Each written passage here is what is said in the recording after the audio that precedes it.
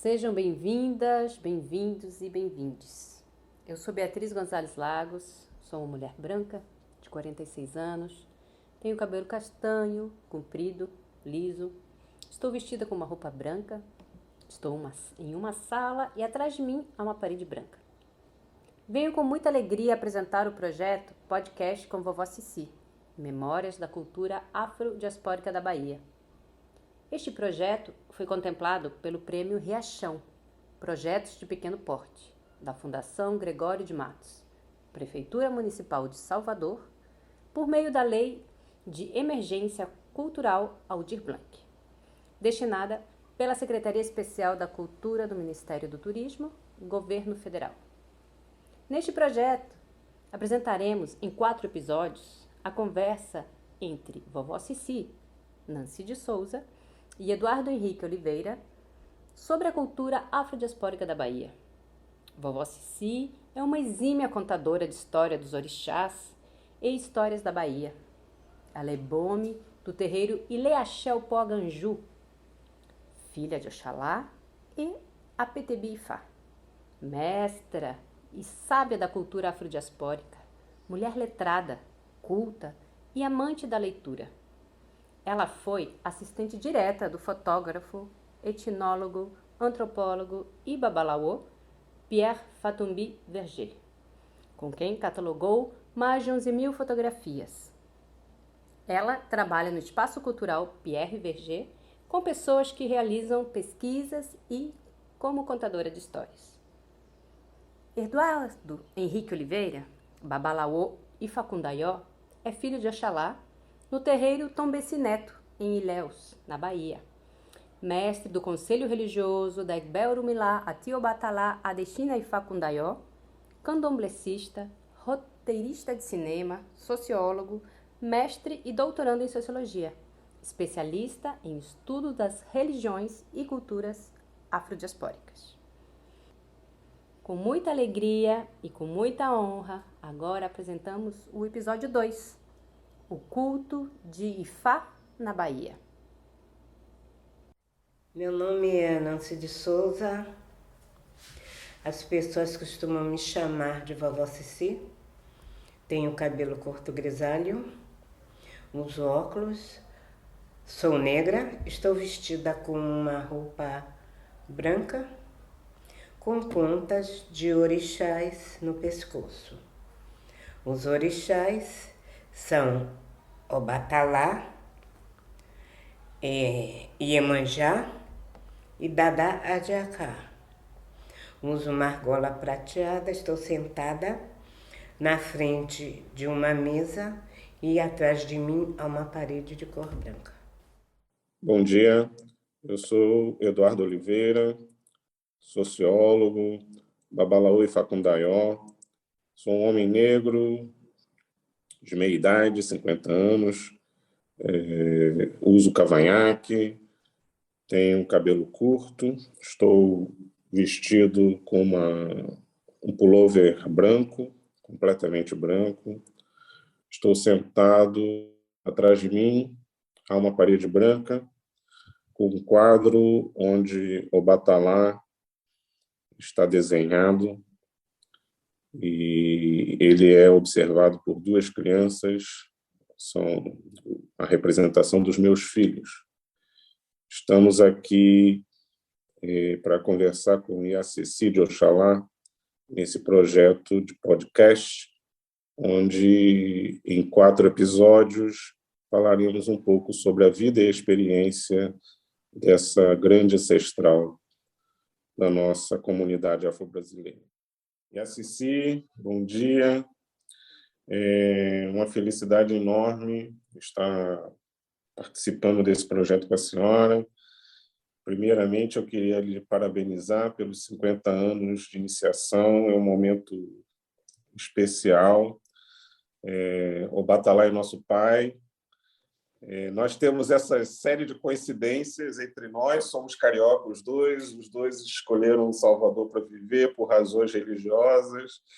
Nós dois temos o mesmo Odu e Oriekun, e temos o mesmo pai e a mesma mãe, Axé. Então, eu só posso lhe agradecer, eu lhe devo muito, porque indiretamente a senhora é a pessoa responsável por eu ter conhecido o meu babalaô, Marcelo Madan. Ele, a última vez que falamos em Cuba, inclusive, falamos na senhora e quanto foi importante para ele ter lhe conhecido na fundação. E através da senhora, ele conheceu a Alícia, que vive em Salvador também há muito tempo, não é? Alícia Sanabria, que foi a pessoa que me levou até ele. Então, eu fico honrado de estar participando desse projeto com a senhora, porque eu acho que, de alguma maneira, somos parte da mesma comunidade desde o Orum, e eu me sinto como se tivesse com uma mãe, uma irmã, uma ancestral minha viva, e eu tenho essa grande admiração, mas, ao mesmo tempo, essa grande gratidão à senhora, porque eu acho que os meus caminhos também passaram pelas suas mãos. E hoje, nessa conversa, eu queria lhe trazer, eu acho, um tema muito importante, fundamental, na verdade, na teologia de Orixá. A teologia de Orixá é baseada, acima de tudo, no reconhecimento e na importância dos nossos ancestrais, né? E a senhora, que agora recentemente fez 50 anos de iniciada, foi iniciada por um sacerdote, Obaraim, que vem de uma família, a família de Paula,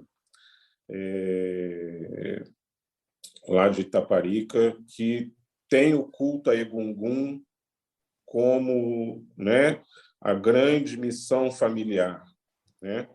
Eles lá em Itaparica, na Boa Vista, cultuam Egungun há gerações, se dedicam ainda a isso, e o seu sacerdote, se não me engano, ainda é um dos poucos em Salvador que mantém o culto aos ancestrais na sua casa, né? Então, nós não estaremos falando de um passado de Salvador, mas, na verdade, estamos falando de um presente em Salvador. A senhora é de uma casa de orixá que também cultua a ancestralidade, né? Então, eu gostaria de perguntar à senhora primeiro como é essa dinâmica na sua casa, o culto aos ancestrais, como ela é em termos de se conciliar com o culto aos orixás, primeiramente, para depois a gente tentar entender por que na maioria das casas essa tradição se perdeu. Então, como é que acontece na sua casa essa conciliação? Muita gente acha que Egungun está oposto ao orixá, né? E a gente, principalmente no culto a Ifá, entende que são dois cultos complementares. Todos nós precisamos nos relacionar com os nossos ancestrais e reverenciar os nossos ancestrais. Então, como é numa casa de candomblé que cultua Egungun e cultua ancestralidade? Bem, meu pai, o senhor me fez um monte de perguntas que eu vou lhe dizer. Eu só posso falar ao senhor o que eu vivi, o que eu sei. Bom, primeiramente, tem muitas coisas que as pessoas falam sem prova nenhuma, sem... É porque disseram, porque não sei quem falou. Então, o primeiro momento, vou falar ao senhor, primeiro momento que eu vejo e ouço a falar-se em Ifá. Bom, eu sou carioca, como o senhor sabe. Primeiro momento, eu morava no Rio Comprido. e trabalhava na Presidente Vargas, no prédio do Liceu de Artes e Ofício, atrás do edifício Balança Mas Não Cai. Sim. Bom, então, entre esse edifício e a Praça 11 era uma pequena África, para quem conhece sabe. Ali se fala-se o primeiro nome que eu escuto falar e que eu fui já em ruínas. Foi aquela área com Ialorixá, era uma senhora que chamava ela Tia Ciata. Eles tinham hábitos cariocas de chamarem as baianas de tia. E o nome dela não era Ciata, tinha um outro nome, tinha a palavra Aciata. Esse é o nome iorubá, uma palavra iorubá. Bom, ela tinha culto de orixá. Ela fazia culto de orixá. E todas as pessoas da Bahia viviam próximo. Então o senhor se situa comigo. Onde hoje é o Sandro, era Praça 11. O senhor sabe que tem um rio no meio, um canal. Onde tem o samba é do lado da Praça 11. Porém, tinha uma rua que eu fui lá ver, chamada Rua João Caetano. Nessa Rua João Caetano, foi onde pela primeira vez se ouviu falar em Cipriano Alagbedé. Era um iorubá que foi batizado no Brasil com o nome Cipriano. Alagbedé era o nome que ele trouxe da África. Esse homem chega ali através de mãe Aninha. Então, ela primeiro funda diz em 1890, na Pedra do Sal, lá na Praça Mauá, o senhor sabe, naquele morro, realmente, com a ajuda dele, de Cipriano Alagbedé. Dali eles vão para essa Rua João Caetano. A Rua João Caetano, não sei se o senhor vai lembrar, era uma daquelas ruas que ela foi destruída para fazer o metrô do Rio de Janeiro, que ficava do outro lado da margem do canal, para passar o metrô. E eu cheguei a ir, já em ruínas no final, não sei, dos anos talvez 60, eu fui essa rua e eu tinha um número. E aí eu olhei a casa, ela tinha frente. E toda fechada. Era uma casa de platibanda. Olha, era uma casa que não era para qualquer pessoa. Então, ela, com eles, ele olhava. E ela instala ele ali naquela casa. Uma casa muito boa de platibanda. A casa tinha 2 portas grandes que o senhor abria com um varandazinho. O senhor via a rua, ela não era muito larga. Do lado tinha um portão baixo com uma porta alta. O senhor abriu o portão de ferro baixo, eu posso desenhar tudo. E abri a porta, subi a escada, tipo um corredor, esse estilo de casa eu conheço. No fundo tinha a sala, da sala para trás aconteciam as coisas. À frente dela, além disso, tinha uma espécie de uma barra do telhado para cima.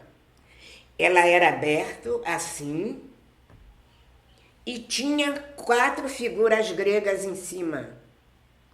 Não era para qualquer pessoa uma casa daquela. Como é que se descobriu? Porque uma das últimas filhas de Cipriano Alagbedé, que eu vi no Rio nos anos 60, muito velhinha, me explicou tudo e onde foi.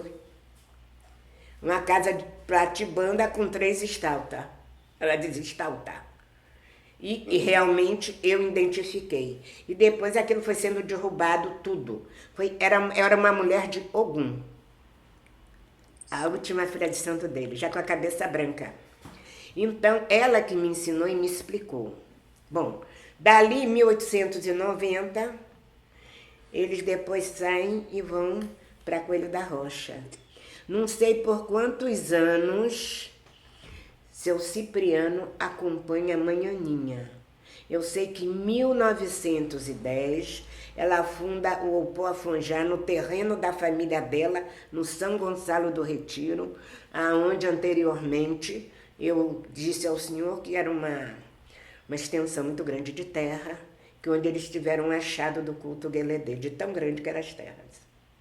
Então, a gente só ouve falar nele até aí. Nessa mesma área depois, tinha um senhor chamado João Alabá. O senhor ouviu falar nesse homem? Esse que era interessante, porque o povo de Tiaciata era Nagô, mas de seu João era muçulmano. Ele era Alufá. Sim. Ele olhava como um alufá. Ele usava roupa branca. Alabá, o senhor sabe que é um dos herês, um dos ibejes da se cultua Alabá. É uma menina que não fala, é muda. Ele era conhecido como João Alabá. Eu, Cici, tive a honra de conhecer a neta dele. Chamava Dona Carmen. Dona Carmen morava exatamente na Rua de Santana, próximo ao Liceu de Artes e Ofício onde eu trabalhava. Então, ela mostrou retrato dele. Eles tinham uma estrutura física assim, alta e forte, porque ele tinha umas bisnetas muito diferentes, altas e fortes, a cabeça assim redonda, o rosto redondo. Já a Dona Carmen também era forte, mas era de estatura baixa. Ele era muçulmano, ele dava consulta, se não era na Rua Senhor dos Passos, era na Rua da Alfândega. Aqueles prédios que tinha comércio embaixo e casa em cima, ele dava consulta ali. É o que eu vejo o povo falar. Bom, primeiro foi seu Cipriano, mas ninguém diz que são Ifás, não. Olhador.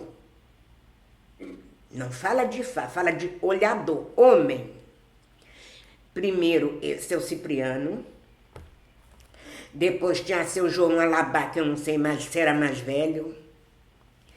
Depois, eu Cici, encontro com um olhador, aqui em cima no Engenho Velho, seu Domingos, que faz a igreja de Santa Luzia, porque ele era olhador, para guardar os olhos dele. Em nenhum momento eles falam em Ifá, eles dizem olhador. Naquele tempo, o último olhador, eu acho que está com 15 anos, talvez de falecido, foi Rumbono Vicente, que era cego.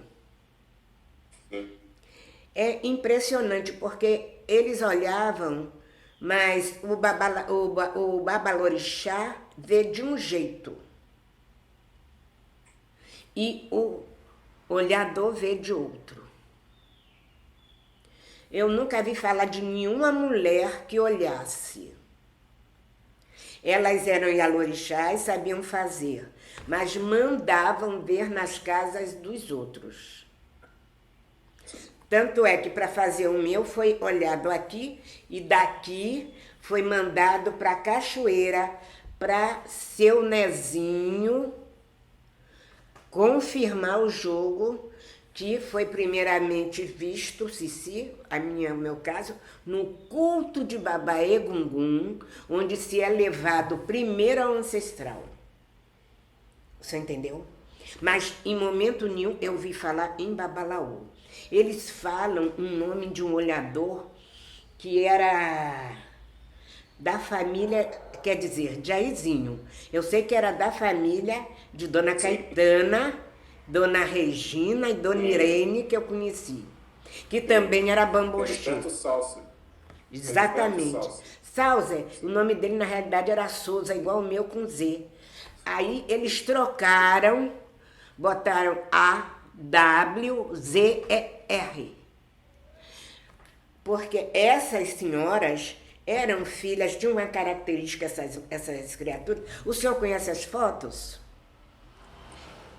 Eu conheço dele. Dele? Eu já vi foto dele. Ele tinha uma marca característica que as antigas do meu tempo para trás, se o senhor encontrar na Casa Branca, elas contam porque elas já não viram.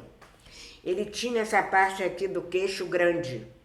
E todas as filhas, eu só tenho 3 filhas, ela tinha assim, aquele queixo comprido. Dona Irene, não. Dona Regina e mãe Caetana tinha pele negra. Minha tia Irene tinha pele da cor da sua. Ela tinha uma quantidade de sangue branco. As outras 2 irmãs, não. Que denota que ela era filha de uma outra esposa dele. Esse tinha o título de Babalaô. Então, a palavra Babalaô ficou inserida em que contexto? Aquele que sabe tudo. Mas não como Ifá. Ifá era um mistério. O que era Ifá? Ifá é o olho que está dentro de um triângulo. Um olho do mundo. Que está dentro do triângulo e que poucas pessoas podiam falar. Hoje se fala. Era um mistério. O senhor não vê falar em Babalaô, o senhor vê falar em olhador. Eles explicavam característica, mas eles não diziam o caminho. O que era o caminho? O que era o caminho quando uma pessoa como Obaraim, ele joga e dizia às vezes, Cici, vem cá. Então, o que acontecia? O que é o caminho? Cada cidade tem um orixá. Um rio ou um lugar é cultuado a um espírito. Então, meu pai, Fatumbi, ele descreve 16 nomes diferentes de Oxum, mas os lugares que esses Irumalés são cultuados com diferença. A diferença, muitas diferenças, o senhor tem que juntar uma pessoa antiga que conheça com um Babalaô. Porque a história tem que cruzar. Se o senhor fala, são 16 caminhos que ele era um Babalaô, meu pai Fatumbi. Eu tenho que dizer que foi ele que muita coisa ele me ensinou. Eu tenho que reconhecer. Cici, a cidade, eu vou dar aqui um exemplo ao senhor. Vamos falar de Oxum. Vamos falar de Oxum quando a gente diz o orixá de Oxógbo é um tipo de Oxum que não é igual em Ipondá. São características totalmente diferentes. Aonde o senhor deduz que há um Irumalé, mas que em outros lugares ele é o mesmo, mas ele responde de forma diferente. Diferente. Isso elas conheciam. O olhador dizia, a característica dessa é essa, é essa. Mas como é que vai ter a resposta? Bom, As mulheres que jogam 16 búzios, ok? Mas até onde se sabe, Exu vem à Terra. Fala rápido. Ele vem vendo a Terra, o deserto, vem ver o que tem na Terra. Eu não vou confirmar ao senhor que o nome dele é Alaru. E ele cai em um buraco. Ele faz tudo para sair de dentro do buraco. Ele não consegue. Ele se bate, ele faz tudo. Então, quando ele está muito cansado, ele senta numa daquelas pedras, se acalma e olha para cima, aonde ele vê o Orum. Ele está no abismo e sobre a cabeça dele ele está o Orum, ele faz isso. Quando ele está fazendo isso, ele repara que aparece 4 rostos femininos. 4. E então ele fala com elas, que ele caiu ali, não sabe como sair. Ela diz, então elas se juntam, tiram o pano delas da costa, fazem uma corda e vai até onde ele está, e as 4 vêm fazendo força e ele vem subindo pela encosta e sai.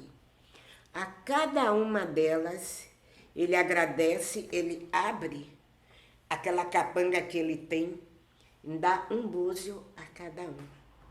E agradece e segue. E elas 4 então se juntam. Mas, porém, esse tipo de jogo é o que se usa com Obi. São as 4 caídas. Justamente. Para você dar sim ou não, né? Exatamente. Eu conheço com confirmação das coisas. Sim. Ele tem que dar 3 vezes. Mas ele também conversa com quem sabe. Agora, esse é que eu sei que é jogo de mulher.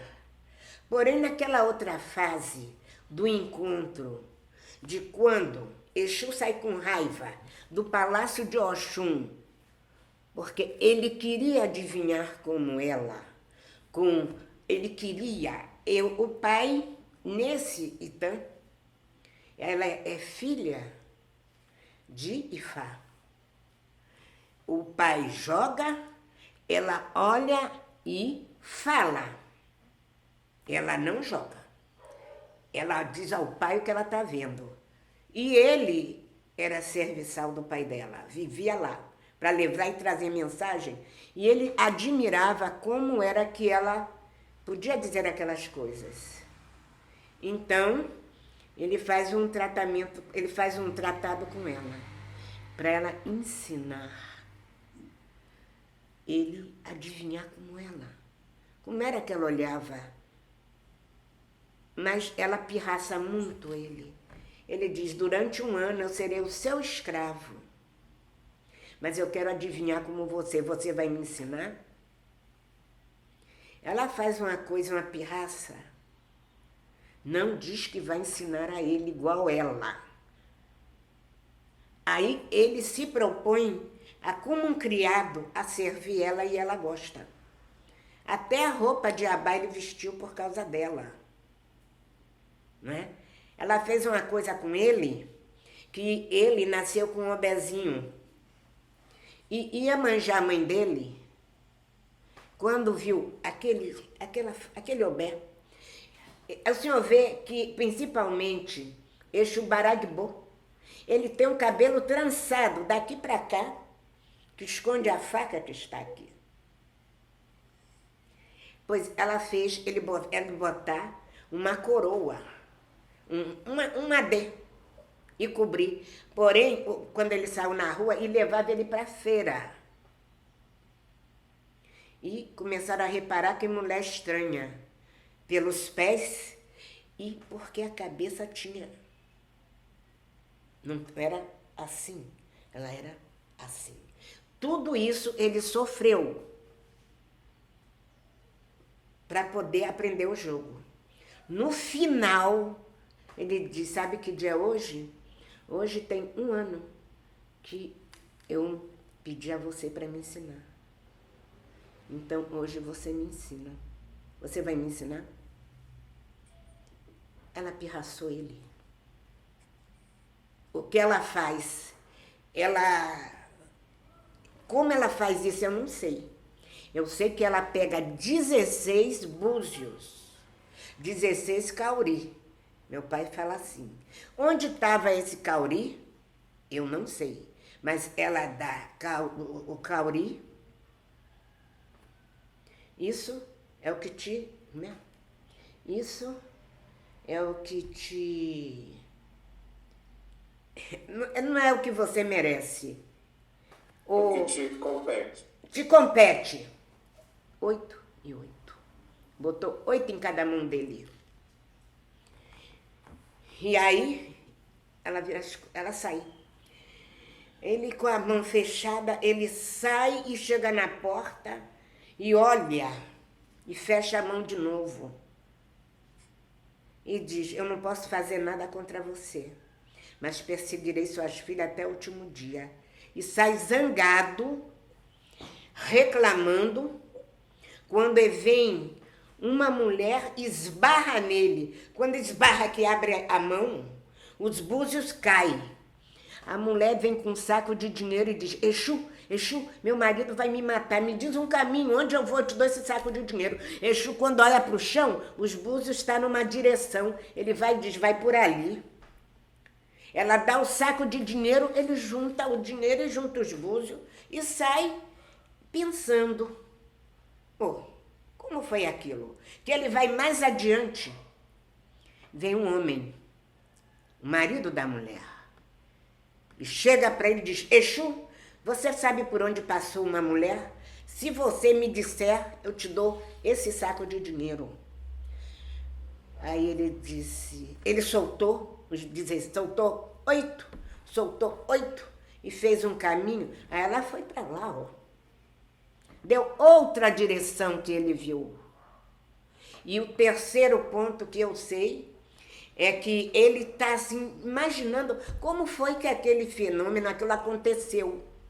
De imediatamente ele ficar com dinheiro e aparecia aquela coisa dentro dele. Ele está sentado, está pensando, quando vem outra mulher dizendo que está fugindo. Mas ele está sentado. Ele está olhando aquilo no chão, separando dinheiro e cauri. A mulher vem correndo, me ajude, me ajude. Ele disse, abaixa aí. Quando ele disse, abaixa aí, a mulher se encolhe. Aí, quem estava procurando ela pergunta a ele, eu lhe dou o dinheiro, você me diz. Ele diz assim, quando der o dinheiro, eu não sei, aqui tem tanta coisa, eu não vejo onde essa mulher está. Tá bom, Exu, tá bom. A mulher estava perto dele, transformada, ele fez com que eles vissem uma outra pedra. Dizem que essa mulher teria sido, Oiá, e teria dado a ele muitos corais, enfeitado ele de corais. O senhor sabe o valor que tem para minha cultura o coral, o aigri, que é aquele azul de Oxaguinha, o senhor sabe, e os búzios, o cauri, a nossa riqueza, e eu agora esqueci o nome, o marfim. Sim. Né? Que quando se vai a noiva tem que levar isso tudo além do dinheiro, é o dote. Aí ela dá de dote a ele muitos corais. Esse é chamado jogo de rua. Esse jogo, então, é legado à mulher.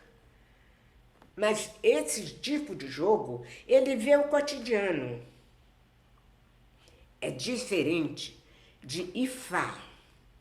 É a diferença do olhador antigo. Então, como é que o senhor vai desvendar isso? Os olhadores tinham uma forma de falar e vão morrendo. Por que eles vão morrendo? O único olhador mesmo que eu conheci, que eu posso falar um pouco da vida dele, porque ele me contou, foi seu Domingos. Ele era calafate, eu sempre pergunto o que é ser Calafate, dizem que ia da construção. Ele acompanhava o Oluô dele, que quando descansava de um trabalho para outro, ensinava as coisas a ele. Então se aproxima de Ifá. Porque no culto de Ifá, até onde eu sei, a mulher, depois de 16 dias, a criança é levada ao babalaô para escolher o nome, de acordo com o nascimento, de acordo com a família, ele vai ter aquele nome. Bom, aquele nome é escolhido. No momento, essa cerimônia tinha aqui na Bahia, chama, acho que é Icomojadê. Icomojadê. Botava aqui na casa de Orixá, ou o senhor botava na casa de Xangô, o bebê, ou na casa de Iemanjá. Ele tinha que ter passado 16 dias, ele passava o dia na roça. E nesse caso da criança, até onde eu sei, quando o babalaô jogava para tirar essa certidão da criança, né? A certidão religiosa da criança, sagrada, a mulher ali já sabia se aquela criança tinha ou não a cabeça para Ifá. Se ela tivesse a cabeça para Ifá, eu vi o documentário. Na hora que ela está dando mama, o menino, eles fazem ela, a mãe, com uma PTB. Nossa. É muito interessante, porque na hora que pinta o menino, do Efum, ele desce e vem na criança. Ele está no peito mamando e começa a pintar a cabecinha dele toda. E o assentamentozinho dele, ela está sentada no chão, a perna assim, às vezes ela está cochilando, e ele cochilando, o babalaô fazendo a reza, a oferenda, e as coisas tudo junto. Então, ela se torna a PTB a partir daquele momento. Porém, quando aquele bebê tiver com 3 anos, ele vai ficar com o babalaô que tem na cidade, na comunidade. Tem muitas fotos que meu pai trouxe, eles brincando com as coisas do babalaô. Por quê? Porque a criança, ela é mais fácil de guardar uma história. Porque a nossa cultura não era escrita. Até 1830 ela é oral. Então o senhor vê os escravos que vêm guardado oralmente. Hoje não. Hoje o senhor sabe que é um tratado. E faz um tratado só para homem, é um tratado para toda a vida. E o que eles guardavam, eles trouxeram. Então tem a reminiscência desse olhador, que era seu Domingos, que me dizia que Ifá Orumilá, eles diziam, Ifá Orumilá é o olho de Deus. É o olho de Deus. Então, eles não usavam muito Olodumare. Eles chamavam um caminho bom ou ruim, que quando a criança nasce, traz. E era uma coisa muito secreta. Porém, esse outro jogo que se faz, as mulheres jogam, é chamado jogo de rua. Que qualquer pessoa, o senhor vai, ela é capaz de dizer o seu santo, é capaz de dizer sua vida, mas outras coisas de fundamento, ela não vai falar. Eles não vão falar porque esqueceram. Certos caminhos de orixá, por exemplo, eu vou lhe dar um exemplo. Um caminho de orixá, por determinado Odu, pode ser qualquer orixá, mas tem que botar branco. Tanto aquele orixá vai usar roupa branca, como aquela pessoa. É um caminho que sai em Ifá. Vou lhe dar um exemplo. Existe um caminho aqui de uma oiá que chama Igbalé. Ela vinha num caminho. Nesse caminho, ela está coberta de edé. Está cheia. Mas ela está coberta. E ela tem uma faca na mão coberta de edé. E Oxalá vem por esse caminho, que quando ele para, ele se assombra. Quando ele se assombra com a visão, ele mete a mão na capanguinha dele, tira um bocado de atinho e faz... Aquela visão horrenda desaparece. E onde ela gruda, que é na mulher, ela toma tanto efum que ela fica rosado. O vermelho desaparece tudo. Você entendeu? Ela sai de rosa. Fica rosa muito claro. Muito claro. Então, não é no meu lado, ele não gosta de botar vermelho. Existe uma Yansan que tem um caminho que chama Acará. Acará é o próprio fogo. Sim. É o próprio fogo. Essa mulher eu não sei dizer porque fogo, eu conheço fogo como Inca. Xangô é acompanhado por 12 Inca. Eles são pequeninos, vão dos lados e na frente, junto com Xangô, e Xangô vai no meio. Então, são coisas, eu não quero mais saber, nem saber o que é ele, eu tenho medo, não quero mais saber. Eu sei que existe, eu sei que é, o nome dele é isso, mas eu não quero saber o que é isso. Você entendeu? Todos eles têm um acompanhamento diferente. Então, sim, nesse momento que ele usa o efum, ela se torna branco. Toda a vestimenta dela é branco.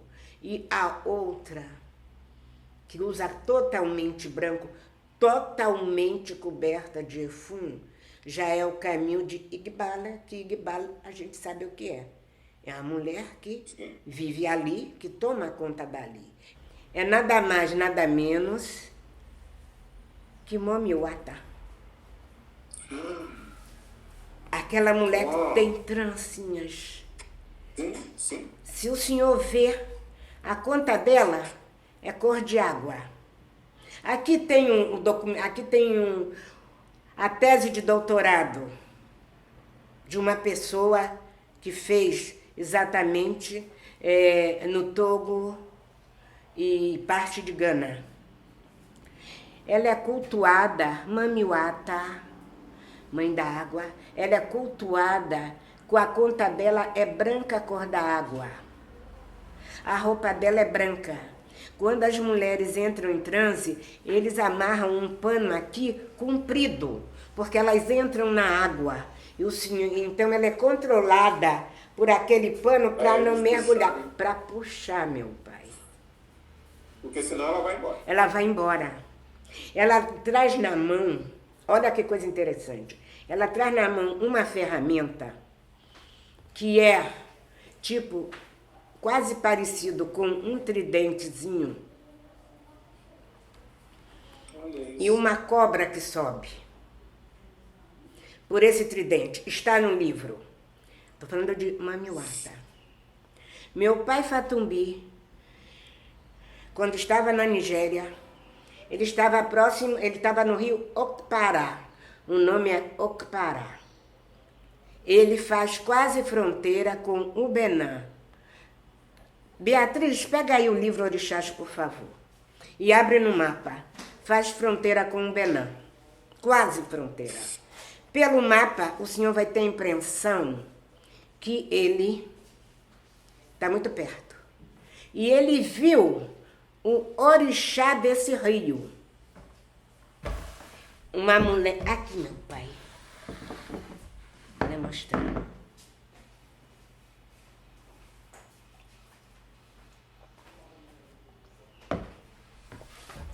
Não sei se dá para mostrar ao senhor, se o senhor tiver o livro. Eu sei. Eu vou lhe mostrar aqui o rio Okpara. Peraí. Eu acho que esse rio Pará, ele tem relação com a Oxum? Sim, porque ele tem o nome do que se cultua ali. Eu já achei aqui o rio Ieuá. O rio Ieuá, ele passa em Pobé e Xebé. O rio Ieuá. Aqui bem pertinho, tá? A fronteira, ok? Então, o rio Oquipará, eu não estou achando agora, o senhor vai olhar. Ele viu, meu pai viu uma mulher em transe do orixá dali. 16 contas cor de ouro, um vermelho. Então, de fato, ela usa uma faca. Quase todas têm faca. Mas essa é muito especial. Ela tem a faca e tem uma espécie de um tridente. Oxum Oquipará, que ele viu. Mamiwata, tem também uma espécie de um tridente. E a conta dela é igual a conta de Iemanjá, cor de água. Então, a gente vai vendo conforme o Senhor vai vindo, o Senhor começa a descer por essas terras, aí o Senhor vai acompanhando por aqui e por dentro, o Senhor vai vendo como é que as coisas começam a ter ela vai ter influência da outra. Eu não sei se hoje vai dar ainda só para eu falar sobre a história que está tendo aqui agora com o novo ifaísmo. Sim, me diga sobre isso. O que a senhora acha desse ressurgimento de Ifá? Virou uma moda até, né? Todo mundo agora, de alguma maneira, tem gente que liga para o Babalaô, eu quero ser feito Ifá, as pessoas acham que podem pagar a feitura e que isso basta, né? O que a senhora tem achado desse processo? Infelizmente, isso está acontecendo. Infelizmente. Existem regras que eu não vou dizer aqui agora, dentro do culto de orixá. E existem regras dentro do culto de Ifá. Tem coisas que se aceita dentro do culto de orixá, mas não se aceita no culto de Ifá. E por causa dessa história que o senhor acabou de dizer, do dinheiro, através do dinheiro, o senhor está vendo coisas que está complicado para eu lhe falar. Tem muitas histórias de Ifá. Tem muitas histórias que acontecem com quem quer muito, quem quer saber demais, blá, blá, blá, blá, blá, blá, né? Então, o senhor vê, tornou-se o ifaísmo um meio de se ganhar muito dinheiro. Um meio de se ganhar muito dinheiro aqui no Brasil. Agora, eu, graças a Deus, encontrei o senhor e encontrei Ifatoiê, que eu disse, mas meu pai, e encontrei Faxegum. Sim. Eu disse, eu não tenho como pagar essa feitura linda, não posso fazer. Ele disse, não. Ifá disse que Fatumbi vai pagar a ele. E ele foi, por causa de Ifá, fez a minha formação nos Estados Unidos. Por causa de Ifá e Faxegum, fez a minha formação. E Fatoiê fez o Egbé Orum para mim. E quando eu disse quanto é, ele diz, Ifá está dizendo que você pode não ter quanto o Babalaô merece, mas que você dê o que você pode. Foi o que eu fiz, porque estava em Ifá. O senhor entendeu? E a mesma coisa, o senhor se sentou na esteira e fez para mim. Então, tem coisas, isso tudo é exemplo para a minha vida. Né? Porque quando Oxalá foi consultar Ifá, ele pagou a Ifá. Quando Ogum foi consultar Ifá, apesar dele não ter feito como Oxalá fez, ele pagou a Ifá, né? Porque Oxalá foi procurar sabedoria. Ogum foi procurar sabedoria. Mas Oxalá foi mais tranquilo. Conseguiu fazer o que Ifá mandou. Há momentos na vida da gente que a gente quer certas coisas, mas tem que se abster de outras. Tem que fazer sacrifício. Oxalá faz o sacrifício. Na mesma hora é oferecido aquilo que ele mais gostava, o Igbim. E Ifá tinha falado a ele. Aí, quando ele segura, ele lembra, agradece e diz: em outro momento eu aceitarei, mas agora não. E segue o caminho. Já Ogum, quando saiu de lá, que Ifá disse a ele o que ele mais adorava na vida dele: matar, lutar e o seu facão. Tanto é que ele não resiste a Adjá e mata. Olha, ele tinha saído de Ifá, Ifá tinha falado com ele. Ele separa a cabeça de Adjá, espirra sangue por todo canto, o pessoal começa a gritar: Ogum, Ogum Apajá, Ogum Apajá, Ogum Apajá. Aí, quando Ogum se vê lavado de sangue, vê o facão e o povo apontando ele, e ele olha o corpo de Adjá para um lado e a cabeça para o outro, ele lembra que Ifá tinha falado a ele: para a gente conseguir a sabedoria, a gente tem que se abster muitas vezes daquilo que a gente mais gosta de fazer, ou tem mais ambição em ter. É nesse momento. Aí ele, envergonhado, entra pelo mato adentro e se corta todo com a tiririca e com os cactos. Ele entra desesperado e a roupa dele toda é lascada. E o corpo dele é lavado com o próprio sangue dele. E aquilo faz com que ele se acalme. Então, ele cheio de sangue, ele tem que vestir uma roupa. Ele pega, olha assim, e vê uma porção de mariôs. Ele corta tudo. Algum tá nu. Corta tudo. Depois que ele corta tudo, a primeira coisa que ele faz é cobrir o facão todo com mariô. Cobre todo e ata seu corpo. Depois faz uma roupa de mariô e volta para a estrada. Aí ele vem como ele nunca tinha vindo, calmo. Aí o povo canta: Ogum Ajô, mariô lacelareu, Ogum Ajô, mariô niseuá, alareu. Ele está coberto, ele está coberto pela calma. Aí o povo grita: Mariô, Mariô, Ogum, Colachó, Colachó. Ele está vestido com o Mariô. Ogum Colachó, Mariolá, que o Mariô cobriu ele, protegeu ele. Aí ele dança calmo, ele não tem faca na mão. Ele faz assim e faz energia para a pessoa e faz isso para um e para outro, né? Então ele tem que passar, é que Ifá ensina, né? Porque aí dentro está Ifá.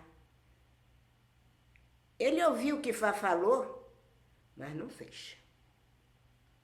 Então Ifá ensina: aquele que não faz o que Ifá manda, tem 3 caminhos: a doença, a loucura e a morte. Foi o que aconteceu com Ogum. Ele lembra que ele está errado. E ele se pune, né? Se autopune, ele sai desesperado e envergonhado do povo. Então, a primeira coisa, quando a cabeça dele esfria, é guardar aquilo que ele mais gosta, que é o facão. Né? Que é o facão dele. Ele veste todo de mariô e guarda para se acalmar. Então, nessas histórias e nas cantigas, ele ensina como que a gente deve proceder, né? Mas nem todo mundo acha que é uma dança, acha que é uma cerimônia. Não, ele está, através da dança, ele está ensinando Ifá. Porque todos eles têm que ser, todo o que a gente chama orixá, ele tem que ser subordinado a Ifá. Oxalá foi perguntar a Ifá. O senhor vê, ele recebe a criação do mundo. Ele não fez nada que deveria fazer. Aconteceu tudo aquilo. A desobediência, né? Um é aquele que diz o caminho. O outro é que ensina a mágica. O Olodumare, ele fala o caminho. E Ifá, um dá o caminho e o outro dá o ensinamento da adivinhação para transformar o bem em mal, o mal no bem. A gente é que sabe como vai usar. Infelizmente, o ifaísmo tem essas coisas. Se o senhor vê a sociedade que eles chamam de ifaísmo, não é aquela sociedade que o senhor vai ver dentro dos candomblés antigos, de pezinho no chão, as roupinhas simples. É tudo los prêmios, como se diz. O senhor vê logo a diferença, né? O senhor vê logo a diferença. Que me consta, esses dois orixás é da família dos funfuns, dos 153 que mora no Orum. Mas quando o senhor vê a forma com que esses adoradores que dizem de Ifá se apresentam, é um outro caminho que eu não vou discutir. Muita sabedoria, Iá. Eu concordo com o que a senhora diz. Primeiro, é preciso separar essa noção de que Ifá é um atalho para a prosperidade, para o dinheiro, para uma vida social cheia de status e tudo isso, porque, na verdade, Ifá é só a codificação dessa teologia, dessa filosofia de orixá, que nos ensina a olhar para os exemplos dos orixás e aprender com eles. O orixá tem que ser a nossa pedagogia, tem que ser o nosso espelho para viver melhor e ter uma vida melhor, né? Não é atalho para ganhar dinheiro. O orixá não é sobre dinheiro, não é sobre materialidade, é sobre viver bem e sobre encontrar o próprio caminho, né? Sobre encontrar a si mesmo acima de tudo, eu acho, né? Então, concordo com tudo que a senhora diz. Acho que as pessoas confundem essa onda da chegada de Ifá com uma espécie de mercado religioso, que, na verdade, não existe só no culto ao orixá. No Brasil, isso está até no governo, né? Na verdade, essa lógica de que a religião é um caminho para prosperidade e para a corrupção da alma, né? Na verdade, é o oposto. A nossa filosofia e a herança dos nossos ancestrais é sobre cada um de nós buscar uma vida que encontre a si mesmo, uma vida equilibrada, uma vida de satisfação, uma vida, inclusive, de reverência ao fato de estarmos vivos porque outros viveram acima de nós e nos legaram a vida como herança, né? Então, concordo com tudo que a senhora disse. Nós temos ainda outros 2 encontros e tenho certeza que todo mundo vai adorar ouvir a sua sabedoria, ouvir e aprender com a simplicidade, a maneira hábil como a senhora usa do conhecimento dos nossos ancestrais para nos fazer refletir, nos fazer conhecer melhor o orixá e, acima de tudo, a nós mesmos. Sua bênção, te agradeço por essa oportunidade de ouvir da senhora tanto aprendizado, tanta sabedoria, e que Obatalá e Orúmila abençoe a senhora com muita saúde e vida longa. Axéu, Aburoboê, Aboatô e Fabeó. Axé.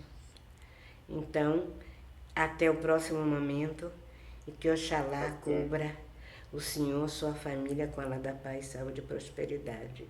e a A nossa todos que família, estão porque aqui. a senhora é nossa família. Axé. Os que estão do lado de lá Axé. e do lado de cá, né? Esses que estão aqui com a gente. A Muito todo mundo que obrigada, está meu pai. participando. Axé. Axé.